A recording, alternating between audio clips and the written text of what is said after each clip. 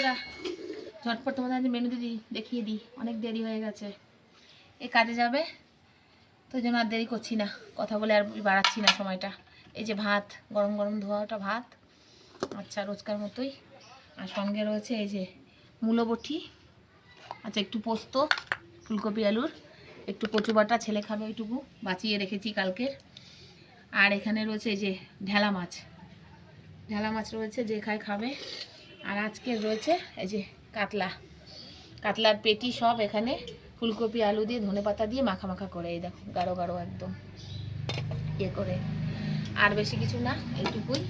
আর ভাতটাও ঝটপট বেড়ে ফেলি, কেননা একে আগে দিয়ে দিই, এ খেয়ে বেরোবে, ডিউটি যাবে, খুব লেট হয়ে গেছে, চিল্লামিলি করছে। ছেলেটা রোজ দিন বাথরুমে ঢুকে স্নানে এত দেরি করে ফেলে যে সব কিছু দেরি হয়ে যায়। তো খাওয়া দাওয়াটা করে নিই। এই আজকে দুপুরে সিম্পল মেনু, বেশি কিছু নেই। আর আজকে একটু রোদ্দুর উঠেছে, বেশ ওয়েদারটা ভালো, তাই একটু রোদ্দুরেই খাওয়া দাওয়া করছি।